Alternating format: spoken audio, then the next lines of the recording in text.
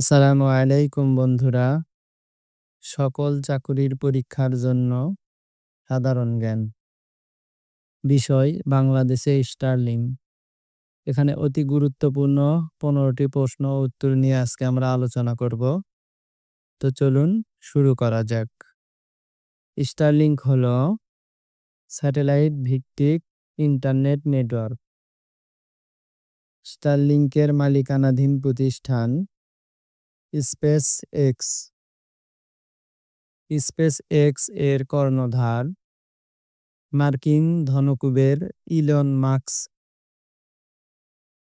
স্টারলিংকের কার্যক্রম বাংলাদেশে আরম্ভের ব্যাপারে প্রধান উপদেষ্টার সঙ্গে ইলন মাস্কের প্রথম আলোচনা হয় 13 ফেব্রুয়ারি 2025। স্টারলিং বাংলাদেশে আনুষ্ঠানিক কার্যক্রম শুরু করে 20 মে 2025। বিডা স্টারলিংকে বাংলাদেশে বিনিয়োগের নিবন্ধন দেয় 29 মার্চ 2025। স্টারলিং বাংলাদেশে ব্যবসায়ের লাইসেন্স পায় 29 এপ্রিল 2025। স্টারলিং বাংলাদেশে যে দুটি প্যাকেজ চালু করেছে স্টারলিং রেসিডেন্স ও রেসিডেন্স লাইট।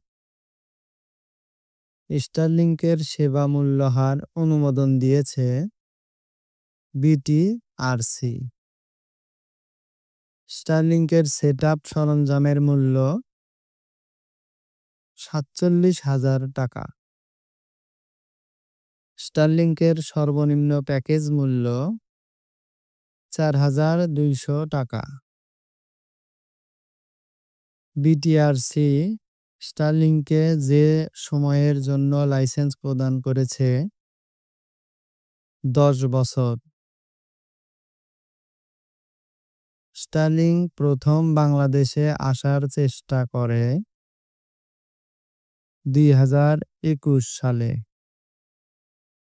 বাংলাদেশ ছাড়াও দক্ষিণ এশিয়ায় স্টারলিং আনুষ্ঠানিকভাবে যাত্রা শুরু করেছে ভুটান ও শ্রীলঙ্কায়। সম্প্রতি দক্ষিণ এশিয়ার যে দেশ স্টারলিংকের কার্যক্রম স্থগিত রেখেছে শ্রীলঙ্কা।